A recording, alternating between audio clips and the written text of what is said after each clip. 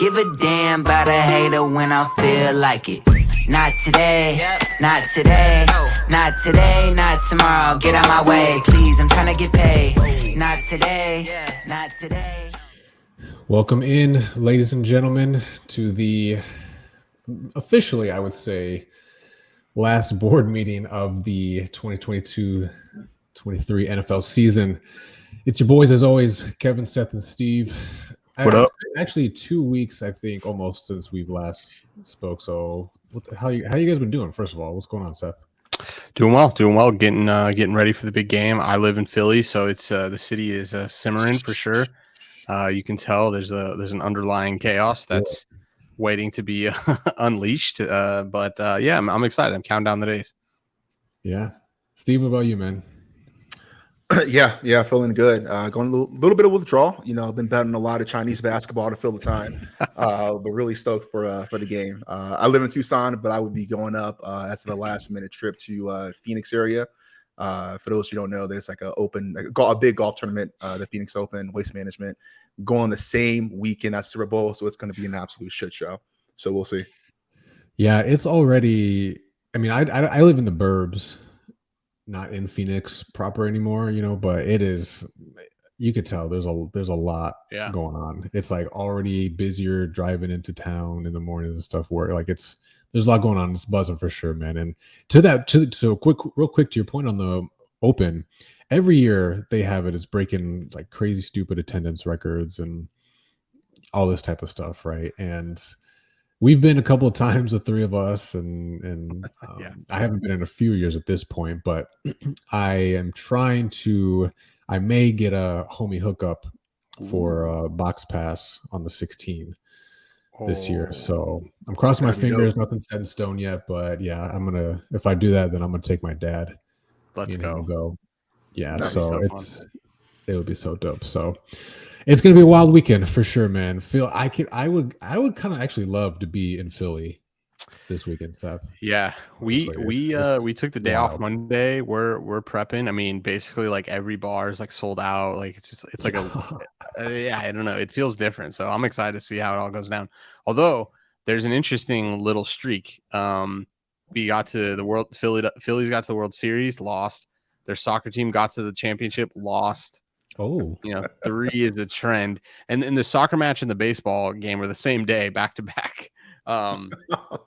So, I mean, hey, that was the summer. Maybe 2023 is technically a new year. I don't know, but new year, new Philly. Yeah, dog, definitely new year, same Philly. But I don't know. We'll see. We'll see if maybe the curse is real or if it's all fugazi. All right, yeah, no, I feel that I would, yeah. I'm gonna have to live vicariously through you. So take some videos of the chaos or something. Either way, good or bad. I will. I want to see it. But so Super Bowl weekend, it's finally here. One game to go, and very bittersweet, I guess, for most football fans, right? Myself included. Thinking of the months ahead of this empty time of the year with no football, but. I guess that's what makes it special, right? Is that it comes and goes. Yeah, we got college basketball for a couple weeks, and then that goes to bed is really the dark days. Baseball, let's go! My time to shine. Oh, that's true. Yeah. That's true. Steve's a baseball guy. Yeah, he's weird like that. I don't know. He's like 55 at heart. I don't know. It's America's pastime. Right. Yeah, there you go. I guess so, man. I guess so. But all right, let's get into a little bit of model talk and football talk here a little bit. Yeah. So I guess is it technically week 21? That was week 21 last week. Yeah, technically. All right. So there were obviously the 2 championship games and the Philly and the Niners game. That was just pretty much weird from the get-go and bad from the get-go. Philly. It was wild in many. Yeah, I don't know how else to say it. It was wild. CMC was about to play quarterback. Yeah, shit was really weird. There's no other word to use. 2 quarterbacks go down. I mean, I don't know. I don't remember seeing anything like that ever. Yeah, I hope I don't ever see anything like that again. This was like 2020 COVID year when the league punished Denver because like all of their quarterbacks broke the rules, and so they're like, no, we're not going to give you extra time, and they didn't have a quarterback. But honestly, that wasn't as bad as this because they knew that was the game. They knew going in that was like the reality, right? This was like it went from bad to worse, and I forget the backup. Then he goes down with a concussion, and you're just like, then you put Purdy back Josh in. Johnson. Yeah, it was wild.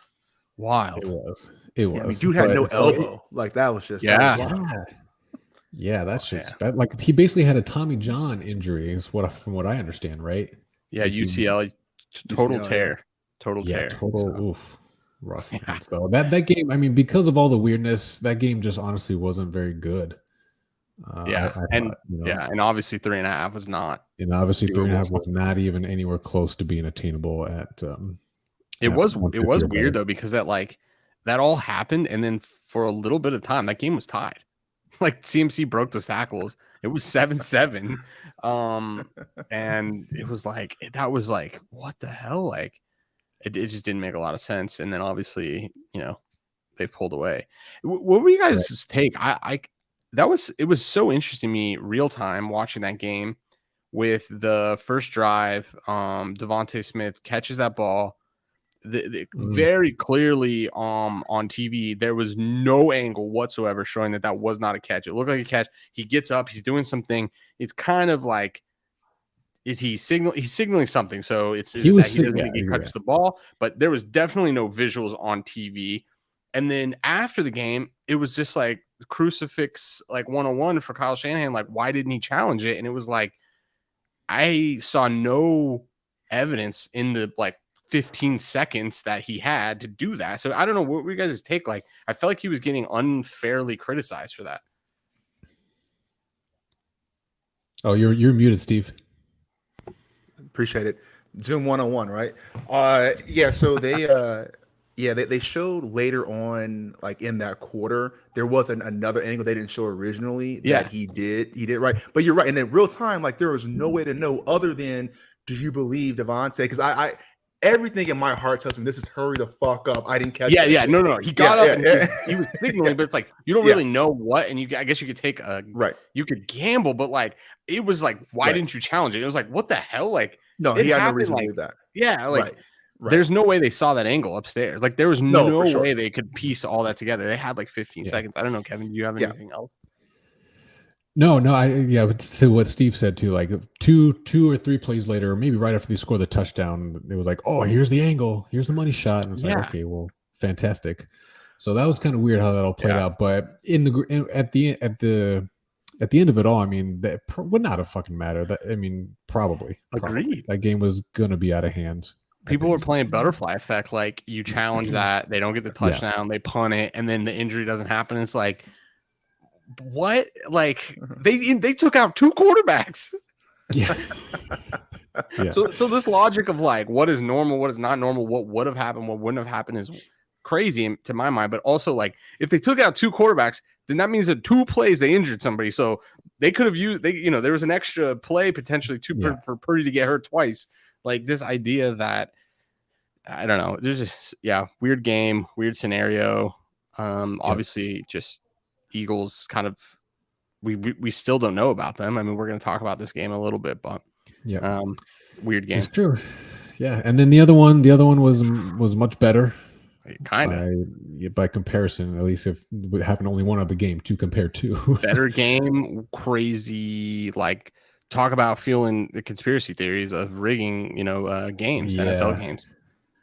Right, yeah, the script, man. Which maybe we'll get into that a little bit later too, because the memes coming in. Oh my god, most epic, love it, probably streak of memes I've ever seen related to NFL. But liquid gold or audio gold. The best one was did you guys see Arian Foster has a podcast and they were joking around they were like talking about the script, and then he's like, when you read the script that you tore your ACL, you're just like, yeah, damn. And the thing is they don't break characters, so like if you I guess are not aware that like they're joking, like people took it serious. Of course they like do. they're thinking like that's already like a serious narrative. Read his thing like, oh damn, I gotta tear my ACL this year. Like, damn. Like Deshaun Watson's like, damn, I gotta like be accused by like 80 women. Like, wow, damn, that's gonna be a crazy script. They crazy for this one. Michael Vick, damn, I gotta kill some dogs. Shit, man, I gotta bury him in my backyard. Damn, they better give me some help with that. I know. So that sidebar, but that I've been laughing my ass off for a solid week. There's been really some good ones, but yeah. Okay, so this one, the Bengals and Chiefs game. Correct me if I'm wrong. I don't remember off the top of my head. The plus 8.5 and plus 13 was basically the conference interval. Yeah, those are the limits of those are the two ends of the conference interval. Yeah, the spread was since he would win by 1. That was the median middle, which obviously is basically pick 'em. So this game things had to happen. Things had to happen, and it did early on. I don't know when you locked it in. You probably first or second quarter, I think it was. Yeah, I think I had this because it was 13. I think it was the second quarter because basically they came right out and scored, and it was like, and then from then on it was basically never a sweat because it was a tight game. And then after Bengals came and scored that touchdown, and I think T Higgins. And it looked there for a little bit like Joe Burrow was going to Joe Burrow. Like it just like felt like, here we go again. And then they, that third down happened. That just like screwed everything up. But then they had the ball back. They got the ball back. And then he was just getting hit. Like it was 1 week delayed in my mind between what we thought would happen in the week prior, where we thought that offensive line would like struggle. And that, I guess it just, maybe the snow played a big factor. Maybe, offense has a little bit of an upper hand in the snow where the footing is a little bit of an issue. But man, oh man, the Kansas City defensive line 8. Was the Chris Jones? I don't know. He had a couple, didn't he? Yeah. So that was. I mean, I don't know. It was a good game. Once the 8.5 was attainable, I got it, and then I don't know what I had going on. I had to do something, so I didn't get to like watch it full through and through, unfortunately. Okay. But yeah, I was able to catch basically the last 5 minutes then of the game. So yeah, Chiefs pull it out, last minute field goal by Bucker, and so far, man, poor. I won't say poor Joe Burrow, but like. He had the quote. I don't know if it was leading up to this game or before, where he's talking about the championship window for them being his whole career. Do you hear that? Yeah, the window is my whole career. Yeah, which is just ice cold, just absolutely savage, right? But I mean, it's true though. It is true. Yeah, I don't know. I like them to come out of that game. I thought they were going to pull it out, but yeah. The script writers had different ideas, baby. I guess so. Yeah, I mean, and the model, we got the 8.5 model's red hot in the playoffs, 6-1. I mean, pretty crazy. Let's not lose sight of that. Yeah, absolutely. Yeah, big deal. I mean, and even this is the other thing. Since week 7, 53.7%, so technically profitable since week 7. So I mean, after we switched to one season versus 1 and 4, the model was on track. So I think. We definitely saw it come alive in the latter part. Like I would even say like maybe the last 5 games, but you can see the playoffs it like really pulled them.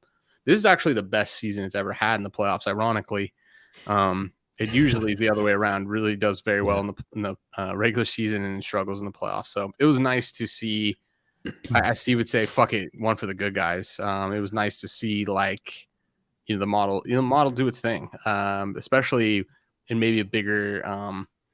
I don't know. They're not, bigger audience, but I guess like bigger games, so to speak. Yeah, that's fair. Yeah. All right, let's jump ahead a sec here. So obviously, only 2 teams left, baby. A little bit of let's poke around with the efficiency landscape stuff here. So, I don't know what more there is to say other than this is basically going to be. Unstoppable force, meets an immovable object type of a thing. So yeah, I mean, Philly isn't as offensively efficient. You can see Kansas City is by far and away 11.97. So you can call that 12 points better than average efficiency on offense, where Philly is only right below 8. But the defense is the real big difference between these teams. Kansas City basically has an average, like literally a 0.00 EPA, which is basically right in the dead center of that line, which is just basically average. And then you have Philly as, I think they ended up being the second best defense from an EPA standpoint. So it's like, how does that actually pan out? But I guess before we get there, should have a moment of silence for Tom Brady. The GOAT officially retired. That's a huge deal. I don't understand that. That was a weird season to come back on. You can see where he ended up in the efficiency landscape. He ended actually the season below average on offense. So that I felt that was a bit interesting. I don't know. Yeah. What did you, Steve? What are your thoughts on that? Because do you think well, first of all, do you think he comes back or not? Do you think it's legit this time? Yeah. Yeah. Fool me once, shame on you. Fool me twice. Yeah, no, I'll keep my guard up. But no, I mean, yeah, exactly right. Yeah, no. I think if he doesn't come back to the Bucs, if he comes back, I think at this point, if you're him, you won a Super Bowl. Obviously, last year you made it to the playoffs against all odds. I mean, they couldn't run the ball all year long. So Tom Brady had to be pretty much Superman, which I think is a big part of that decline there. But no, man, I think he's going to take that Fox money, be an analyst, get 375 over 10 years. I mean, that I saw that he's going to get more in base contract with Fox than he did over his playing career, base contract for NFL. So I don't know how you turn that down to not get hit, to not have to go through training camp and all these, whatever, and play in the cold, yada, yada. So we'll see. Yeah. So interesting. It's just, I don't know. To me, it's just like, why come back for this season? Yeah. And actually, you know what? Now I think about that out loud. I do think he retires for real, because he got caught up in that FTX shit, right? And so anyone needs that money now, he needs that 360. Yeah. Oh man. Do you think they had a prenup, or? Well, that was like a whole conspiracy. So technically he didn't sign that contract until after they got divorced. So the whole conspiracy was, oh no, not the FTX, the Fox, the 360 mil. That's the real one you want the piece of, right? So that was like a whole conspiracy that he came back just so he could get a divorce.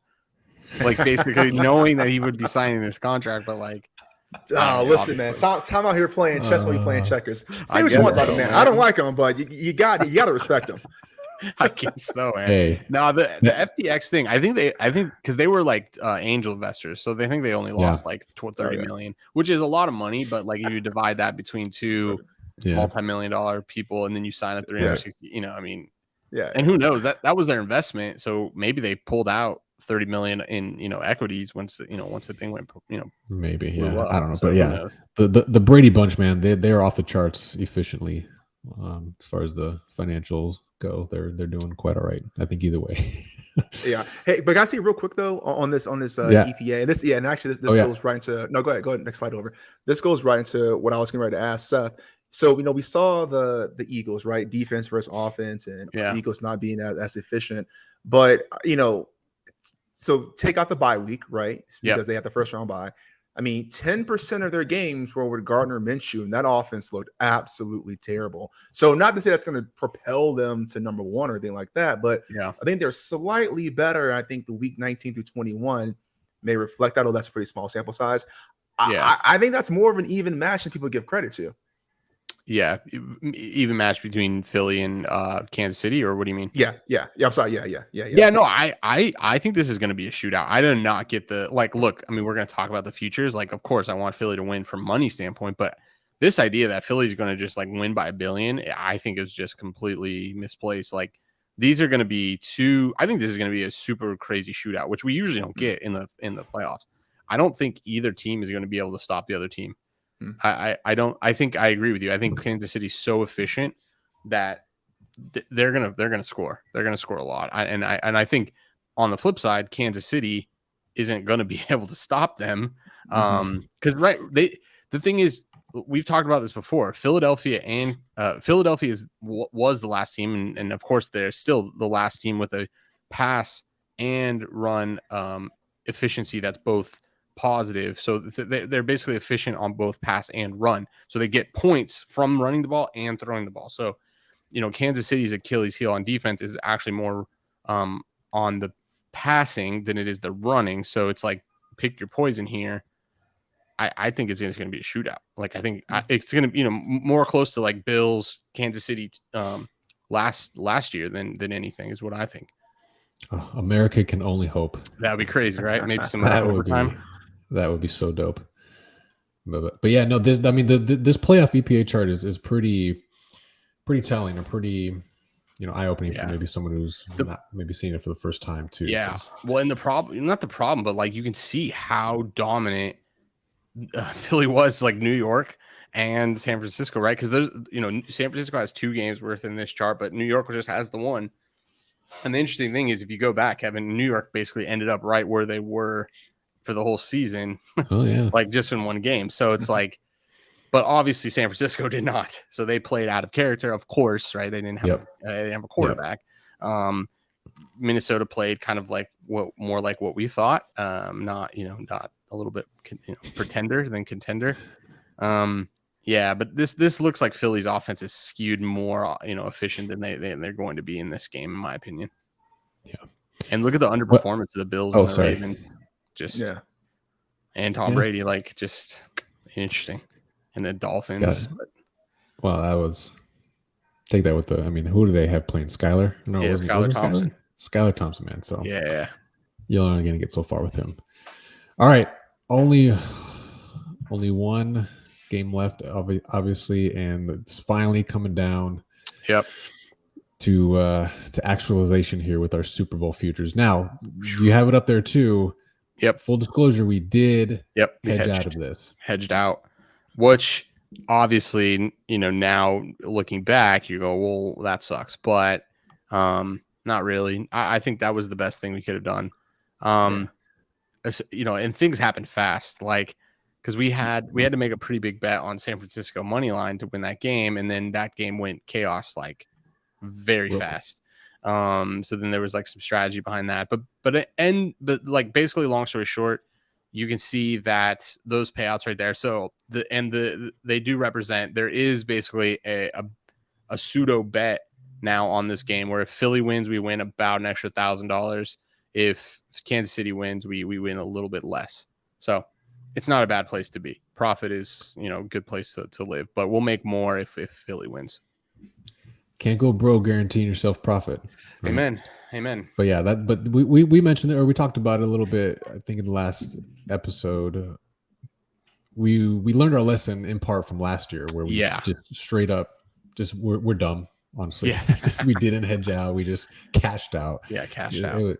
So like Steve fooled me once, shame on you. We're not gonna make the same mistake, hopefully. Like the Super Saiyan, I guess, version lesson again, I can't say it enough, was you need to get 2 tickets because then you really don't, you can hedge and you can ride, which if you're able to kind of do this at a consistent basis, which who knows how consistently we'll be able to do it. We're at 100% right now. So I don't think that is going to sustain forever, but we believe we'll be able to do this with pretty good accuracy over the years. But just taking the same amount of money, dividing it in 2, making 2 tickets really allows you to basically lock up more profit, because you can either cash out of one of them and lock up whatever they're willing to pay you, and then you can hedge that one, and then you can let the other one ride. So it allows your upside to stay higher than capping it,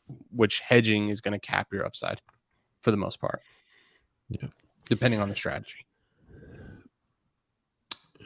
So either way, we're locking in profit, baby. Yeah. We're saying go Eagles.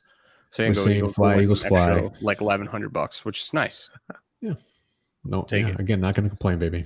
Okay. So obviously one of the biggest draw, the biggest game of the year in terms of betting volume, in terms of unique people betting on it. I think saw some stats this week, $16 billion, both legal and by illegal means, expected to be wagered on the Super Bowl. Okay. So, and one of the props, the novelty props and all the wild shit that people bet on is one of the biggest draws for it. Can you imagine if they had, real quick, if they had all these bonkers ass novelty props for every game?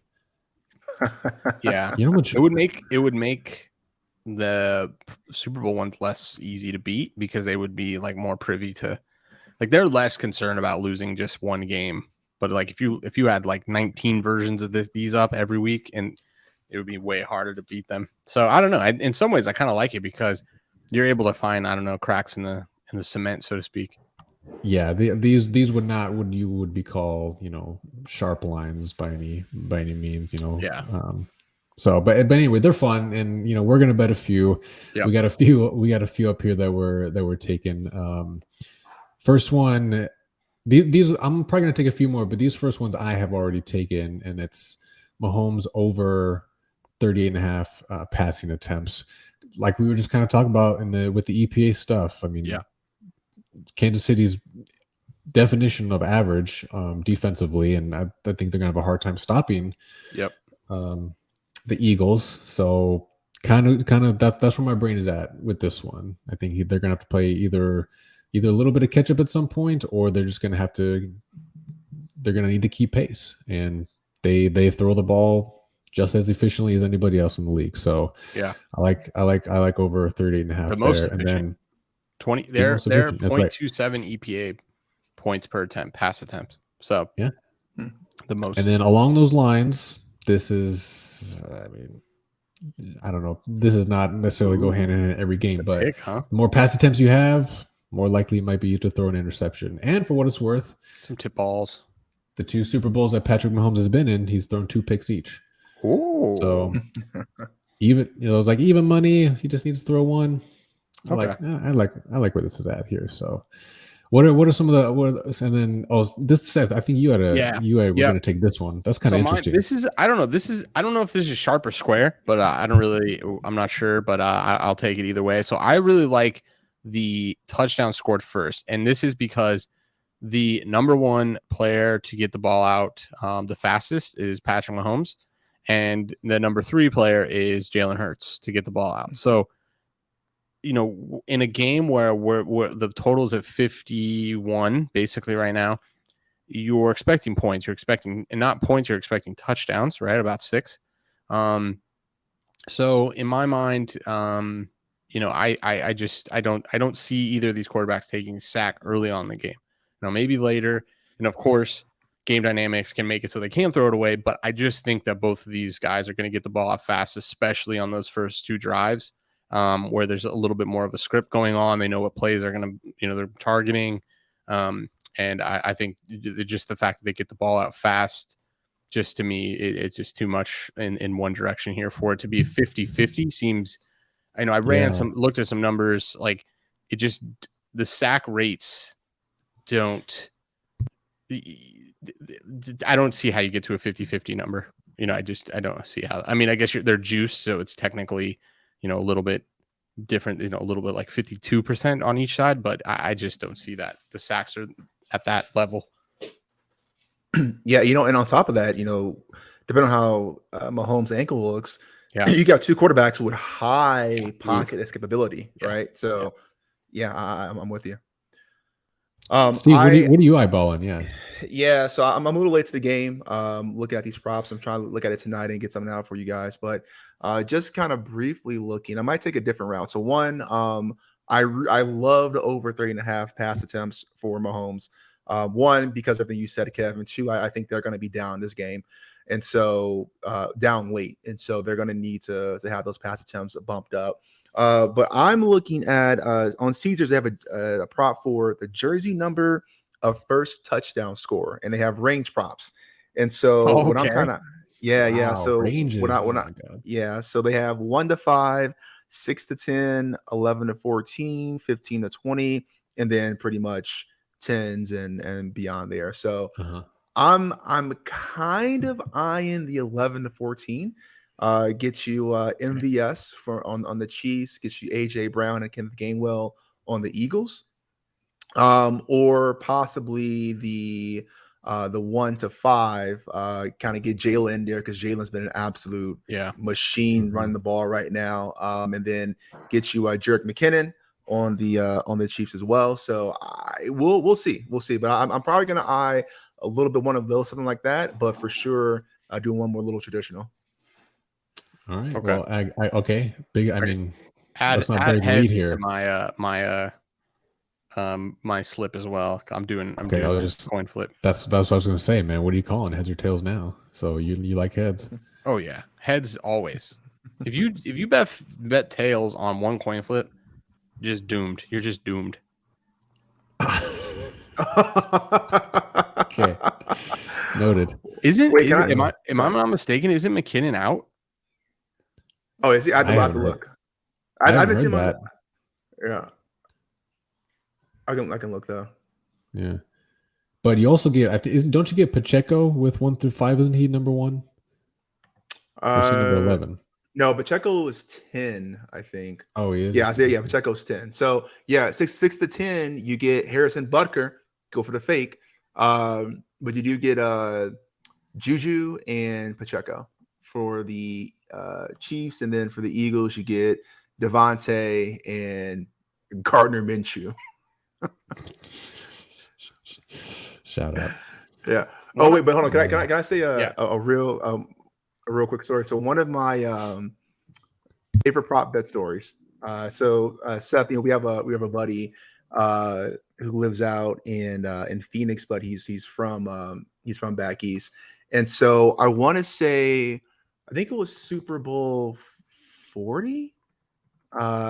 Anyway, he had a friend who lived in the same city where the Super Bowl was being played at, and they were doing rehearsals for all the performances. And so one of those performances was the national anthem. And I want to say this was the one where I want to say it was Aretha Franklin, but I have to double check that. But anyway, his buddy lived across the street from the stadium, so he heard this national anthem performance over and over again. So he timed it, and so he told our buddy, and he's like, so my buddy texts me, he goes, "Jude, I got inside scoop. Bet the house on the over in the national anthem." And sure enough, it crushed. I forgot what the line was, but it was like 20 seconds. Like, it was never a not sweat. Even close. Never a sweat. That's funny. You can bet like the halftime performers, like there's like, I think it's ass cheeks. If you'll see Rihanna's butt, if she'll show like some booty, like dude, like they even have like the color. I mean, those are like all the offshore books, but it's just right. Like, yeah. what the hell, man. Yeah. If you can think of it, you might be able to bet it somewhere. Yeah. Legally or illegally. I don't know. But so, yeah, well, I mean, inevitably before the game comes, I'm sure there will be plenty other props to be bet. But I'm not going to go crazy with it's fun, but might as well go out with a bang, right? Yeah, I went through a deep dive with one that I thought there was an edge in, but I think I was calculating it wrong. The points to be scored within the first 7 minutes. And it was minus 195 for the yes and plus 155 for the no. And I thought that they had mispriced the yes. But I'm not sure, because I'm not sure if you count multiple scores in the game twice, or do you just only count it once, because technically once it happens, it doesn't matter anymore. Because you're really like trying to get an incidence rate. Like you're trying to calculate an incidence rate, but then it's like a little bit different than an incidence rate, or it's maybe similar to an incidence rate, and like you can't have more than one heart attack at a time. Once you have a heart attack, like you can't have another heart attack the same day. I don't know, but so it's either completely wrong and there's like a 20% edge, or it's exactly priced right. So I went with it was probably priced right. So are you thinking that it was priced too low or too high? No, because if you convert 195, it's 60. That's 66%. And if you only count the game, so I went and counted all the games where either the Eagles scored or their opponent scored within the first 7 minutes. Mm-hmm. But the thing is, there's some combinations where both teams scored in the first 7 minutes, right? So if you just calculate, no matter if the Eagles scored or the other team scored, or they both scored, you just count it once, you get that it's about a 65% chance. But if you count that because they scored and the opponent scored, if you count twice, then it shows that happens about 80% of the time versus the implied probability 66%. Mm-hmm. So I don't know. I'm still playing around with that one. All right. Let us know if you come to a conclusion or if you think you've figured it out. Yeah. Be curious. Yeah, me too. All right, off the props and into the game. So the model doesn't officially have a play for the Super Bowl, somewhat rather unfortunately, but that's okay. I mean, these teams are very comparable in terms of their EPA rankings and similar. So that's partially why we're not seeing a model play here. But the confidence intervals, as you can see there, basically says Philly could lose by 1 all the way to win by 20. So heavily leaning towards Philly on this one. So the reason there's no model pick, because this technically you could bet bet plus 1.5 at like 130. The problem is our model doesn't have a great way to model this on a neutral field, aka this is basically assuming that this game is being played in Philly. Now if you just do a quick logic check, if you just switch and put this game in Kansas City, the spread almost flips and it likes Kansas City by a lot, which is not surprising.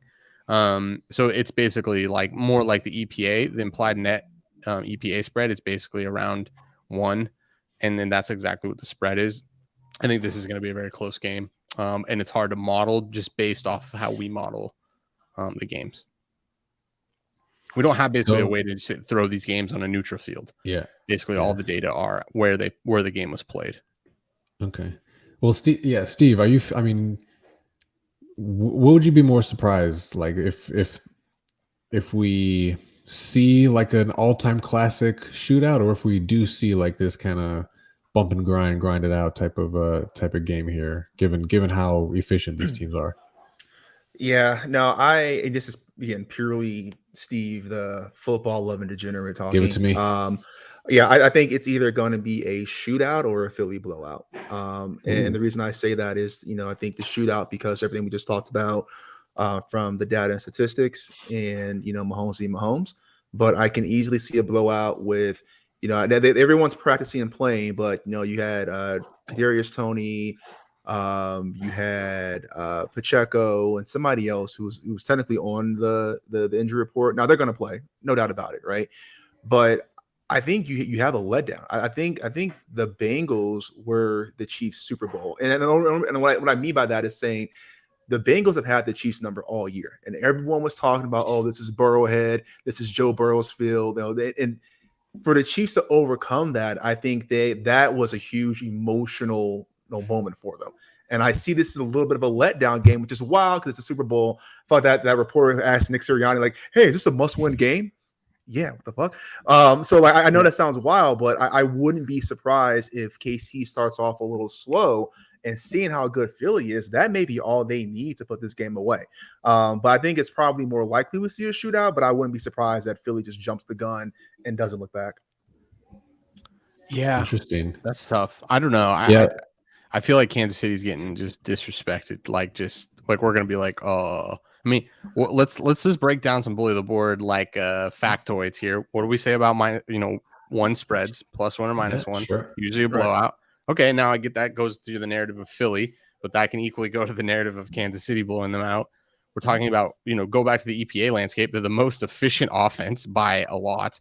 Patrick Mahomes, I don't know. It kind of seems like this injury wasn't as big of a deal, or like he's kind of trending towards being close to, healthy, or like, close to 100%. What? Right.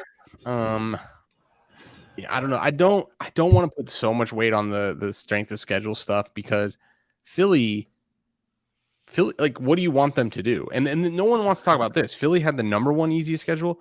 Guess who had the 4th easiest schedule? The Kansas City Chiefs. Okay, so this idea that strength of schedule was like night and day is just not accurate. The Chiefs played a couple of harder games for sure, but the reality is the Eagles had to play Dallas twice and New York twice, which were actually 2 good teams this year.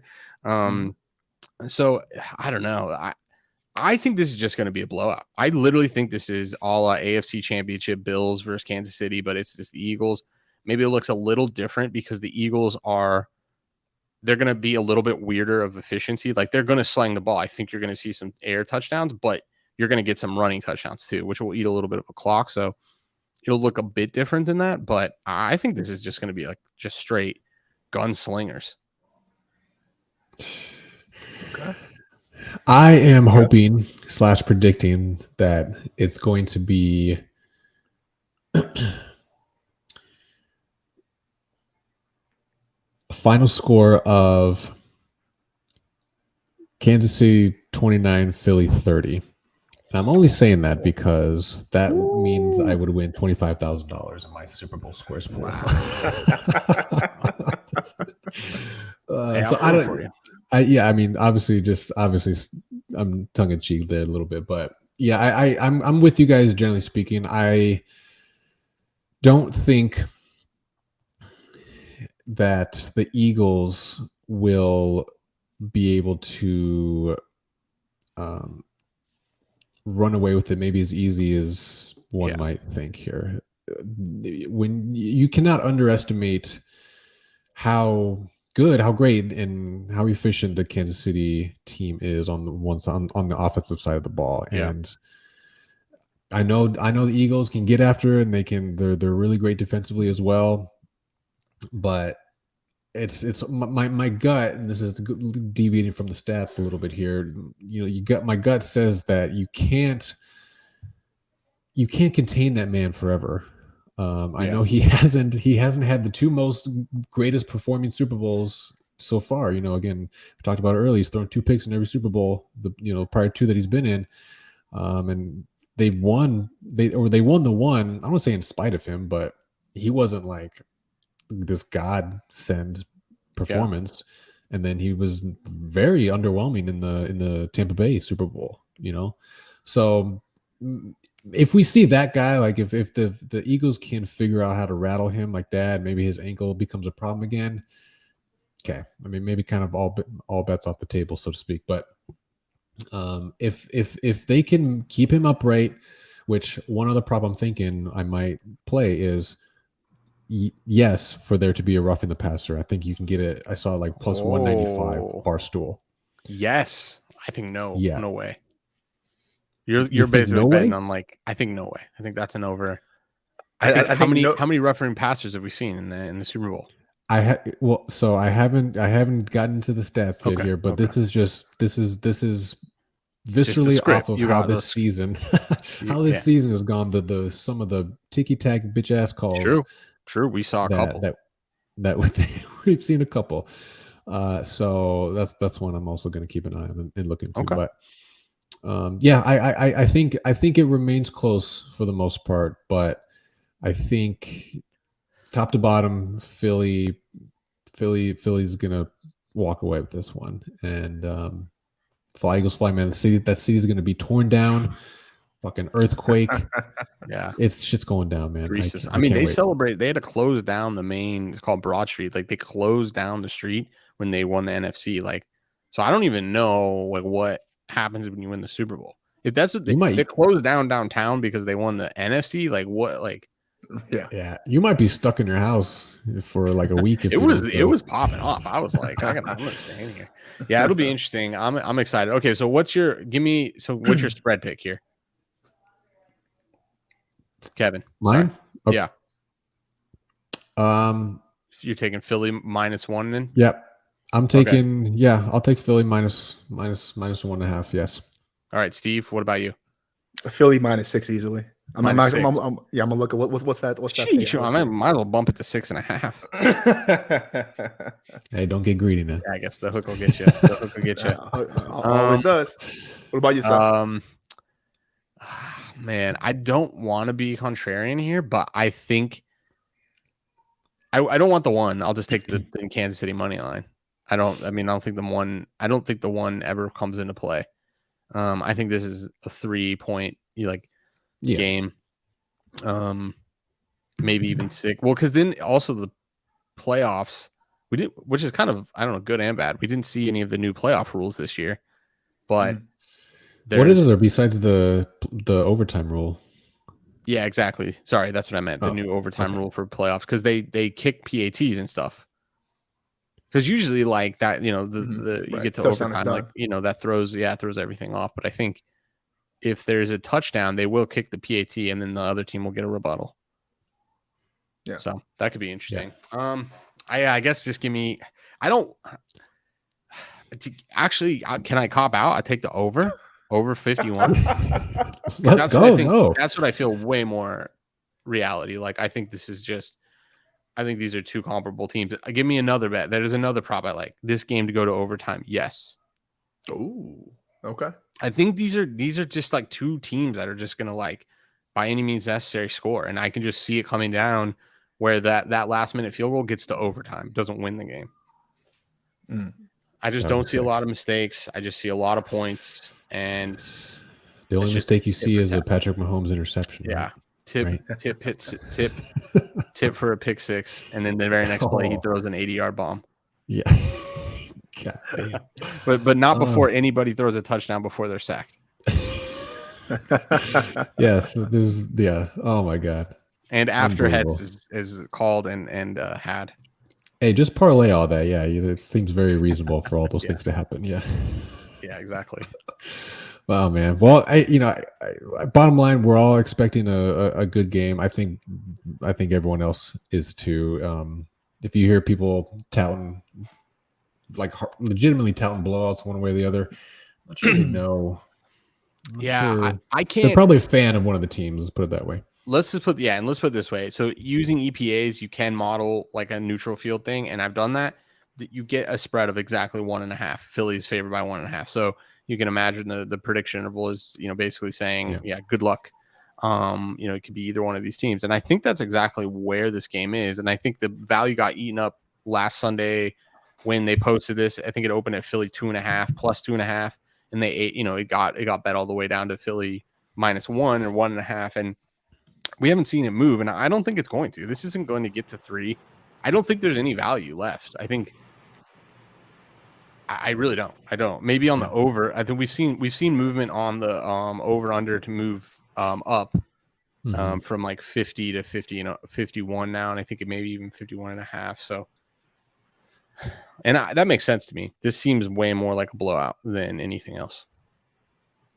A blowout or a shootout? Or sorry, I mean shootout. A shootout. Yeah, not a blowout. Now, let me ask you this, because I think you're terribly wrong. I think this game is going to be Philly -27.5. 27. No. And the Bengals win another game all year, under 10 wins. So what? Now, to your point though about being a shootout, there is a prop bet for will there be a fourth quarter league change? Yes, it's plus 240. So to your point, if it's close, you got a tie game going to the fourth. That I think technically should be a lead change, right? Or if you have, kind of going back, field goal game, touchdown. Yeah. You might want to check the rule. You might want to check the fine print, because if it's a tie. Yeah, I'm looking. There's none. Yeah, I was thinking the same. What's it say? What does it say? What is the wording of that? It just says, will there be a lead change in fourth quarter, no overtime? Plus 240, yes, -300 now. Yeah, what's the note? I don't think it can be tied. I don't think it can be tied going into the third or going into the fourth quarter then. Because the first score of a game, if it was 0-0, you wouldn't consider that a lead change, would you? Yeah, the first team took the lead, and then but it's not a lead change. Like no one had the lead. It was 0-0. Okay, hold on. Someone got the lead. No. Right. So when the game starts, Team A has 0 leads. Team B has 0 leads. If Team B scores first, Team B has 1 lead or has led the game for X amount of time. Team B has not. And now I'm with you. I can see both arguments. I'm not saying no. I'm just saying I definitely could see that being a thing. Now, to your point, the way this is priced either means they think it's going to be a blowout, or at least not close in the fourth quarter, or there could be some shenanigans about what technically counts as the lead change. I do agree with you there. That's a little suspicious. I think that's horribly mispriced, or a great deal if you think it's going to be a close game. Yeah, I don't know. I haven't had, like, I spent too much time trying to figure out that one within 7-minute score that oh, this takes a lot of brain power. I don't know. I mean, part of me wants to just I really was a diligent really followed the model, didn't really take any other bets. Like I didn't really screw around this season in NFL betting. And so like part of me just wants to be like, yeah, bet on heads. Make up for that. Yeah. Yeah. Like I'm trying to get like Steve's jersey numbers. Like I'm trying to get like, over on the Aretha Franklin. I don't even know who's doing the, doing it this year. I don't know who's doing the anthem. I don't know. Yeah. Yes. Go scope it out, Kevin. You think we can give you like a stethoscope, put it up? I'll see. Don't bet on. Don't count on me. Gatorade. Bath. I don't know. Fun stuff, man. Yeah, I don't know. We'll see. I'm excited for the game though. It'll be nice. I think it'll be a good game. Too. I did bet a little bit on the over already at 50 and a half. 50 and a half. All right. Very good. It's going to be a good game. At least I hope it is. Yeah. And hey, real talk. If you are listening and watching at this point, God bless you. Thank you for real. We try to do these. We've been doing these every week, basically trying to bring value in some long form version to you guys. And, with the season coming to an end, we will obviously have less opportunities to do that, but we do intend to bring some content and some videos and stuff to you guys in the near future. A couple of them being obviously like a season look back. I don't know what else you guys would call it, right? Season breakdown analysis. Yeah. Both in terms of some of the nitty gritty, maybe model specific stuff, and others just high level individually what we learned going through this process in the public eye, so to speak, for the first time. So stay tuned for all that. Appreciate everyone who has watched, who has followed along. Fly Eagles fly, man. Yeah. And if you're staying this long, I'll give you some bonus on the website. If you go to the EPA landscape, there's a link to the database that we built for the EPA. So that has literally 20 years of EPA data for every single game, with embedded quarterback data, spread data, total data.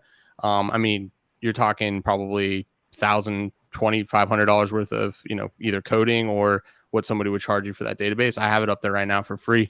So, download it. You can have it. It basically has, like I said, 20 years worth of data for everything and anything you would want to model. And you can maybe try to do something yourself.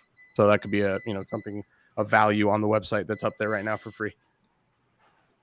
Absolutely. All right, boys, it's been real. We're going to adjourn this final board meeting. Until next time. Boom. Peace out, everyone. Later. Yeah.